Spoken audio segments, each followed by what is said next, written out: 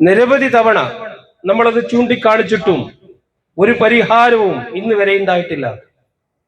Meppayur fest നടത്താൻ വേണ്ടി ഇവിടെയുള്ള പലരെയും കൂട്ടി സമിതി കൂടുകയും സ്വാഗത സംഘം രൂപീകരിക്കുകയും ഫണ്ട് പിരിക്കുകയും ഒക്കെ ചെയ്യുകയും പിന്നീട് ആ ഫണ്ടിന്റെ കണക്ക് അവതരിപ്പിക്കാൻ പറയുമ്പോൾ അതിൽ പിന്നോട്ട് പോകുന്ന ഒരു അവസ്ഥയാണ് നമുക്ക് കാണാൻ കഴിയുന്നത്. എന്തിനാണ് ഗ്രാമപഞ്ചായത്ത് ഇതിലൊക്കെ ഭയപ്പെടുന്നത് എന്നാണ് ഞങ്ങൾക്ക് ചോദിക്കാനുള്ളത്.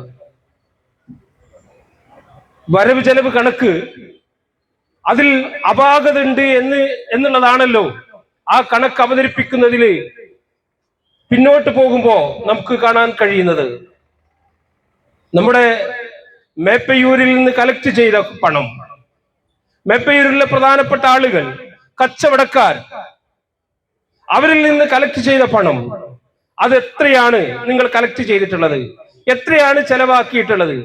അത് അവതരിപ്പിക്കുന്നതിന് നിങ്ങൾക്ക് എന്താണ് പ്രശ്നമുള്ളത്? പ്രിയപ്പെട്ടവരെ, ഈ രൂപത്തിൽ സാമ്പത്തികമായിട്ടുള്ള ഒരു അടിത്തറയുമില്ലാതെ, ഒരു സൂക്ഷ്മതയുമില്ലാതെ പ്രവർത്തിക്കുന്ന അവസ്ഥയാണ് ഗ്രാമപഞ്ചായത്തിന് ഇന്ന് നമുക്ക് കാണാൻ കഴിയുന്നത്.